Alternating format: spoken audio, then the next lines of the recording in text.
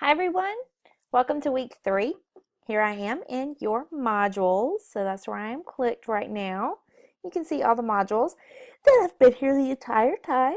We've done units 1, unit 2. And I switched over and called this one week 3. I just thought that would make more sense. Alright, so what are we doing in week 3? Alright, well we have a few things. First is our textbook reading. So we'll click on that and we'll take a look at what you have to read in your textbook this week. All right, if you have the 4th edition, it's chapters 5, 7, and 8. But if you have the 6th edition, it's chapters 4 and 5. And these will help you with your discussion question. All right, so here's your discussion question. All right, how can some of the desktop and web applications we've examined be useful for you as a teacher? 2 to 3 lesson ideas using programs like Prezi, Word, Excel, or PowerPoint for your lessons. And then are there any other programs that you know of and would like to suggest for classroom use? And you could use one of those up here if you want to, instead of talking about one of these 4. If you know another one, I'm fine with that. All right, sorry about the Facebook notification there. All right. So now we go back and we have our activity this week, and it is a concept web or a mind map. So we're going to click here. And this describes what you do. So in this activity, you're going to use an online application called Prezi to create a concept web. Walk through the 4 steps below to complete the activity.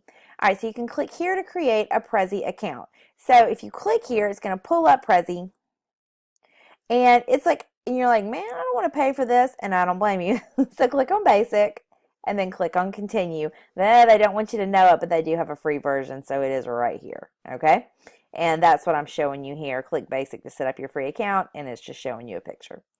Okay, here are some tutorials for Prezi. You can click here, and then you want to click here to take a look at that assignment. So let's go ahead and open up that assignment and take a look. Okay.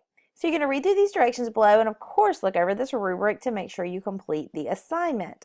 So I'm going to click here where it says preview this document because I don't want to download the whole thing. I'm just going to take a look at it right here inside. So you are simply creating a personal timeline for yourself in Prezi using events from your own life as well as events from that same period in history. All right, so definitely look at those tutorials first, all right? And if you need help using the tabs in your web browser, this will help you with that. Okay, so you're going to have 6 important events from your life with 6 images representing those events. They do not have to be actual photographs. They can be your photographs, but you can just find images to represent it. All right. Then you're going to connect. So let's say that I would say in the year, May 27th, 2000, I got married.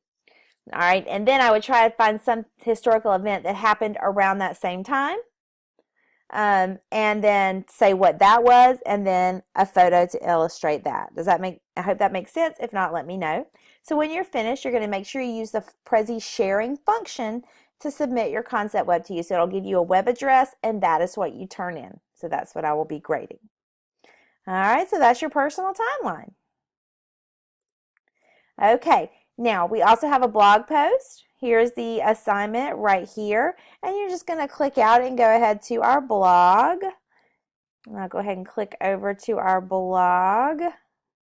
Give me just a second. Whoops. Oh, you won't be able to see it here because it's about using mobile apps. It hasn't popped up yet because I have it on a schedule. So you'll just read that and do our blog post for this week as well. All right, now you may be asking yourself, what is this? Ideal Classroom PowerPoint presentation. Well, I went ahead and put this in here. It's not due until next week, but it is a group assignment, so I wanted to give you plenty of time to work with the people in your group. All right, so I'm going to go ahead and just go over it with you. So this was a strictly PowerPoint assignment, but the more I thought about it, I thought, why wouldn't we use Google Slides? You can easily collaborate with Google Slides, so you can also use Google Slides if you would rather do that than emailing a PowerPoint around or however it is you wanted to do that.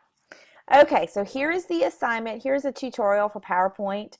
Here is a little Word document about how to create that classroom layout slide in PowerPoint, and that would translate over into Google Slides as well. Because you can create a PowerPoint slide and upload it into Google and turn it into a Google slide, and I'll be happy to show anyone that wants to know how to do that. And then here's a tutorial about how to use Google Slides. So let's take a look at this assignment. All right, so everybody turns in a copy.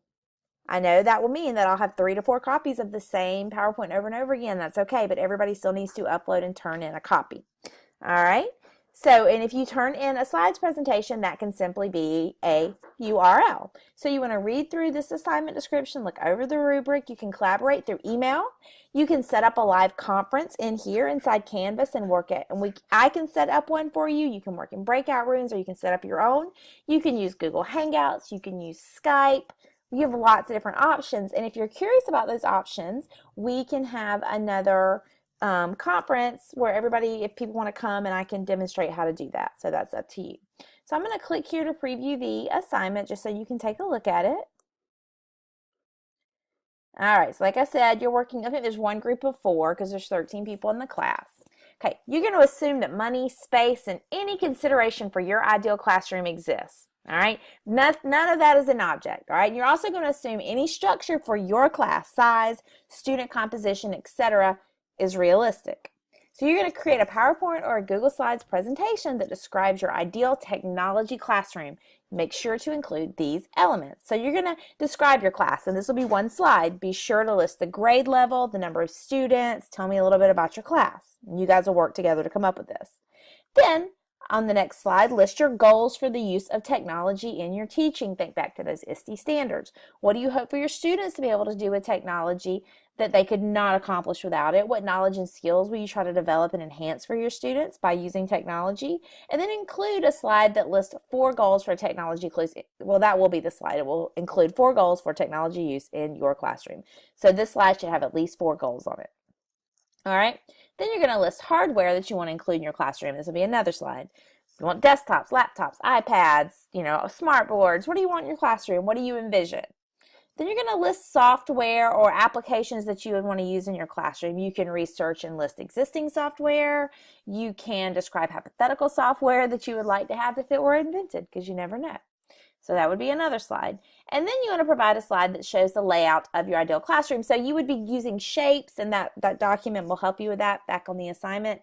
But just think about how it was laid out. What would it look like? You can enhance your presentation with animation, graphics, pictures, up to you. Okay, so this is not due until this is not due until April 1st. All right, and so here's the rubric as well. So if you click on the People tab, you'll see who's in your group, and you can go ahead and start talking with them.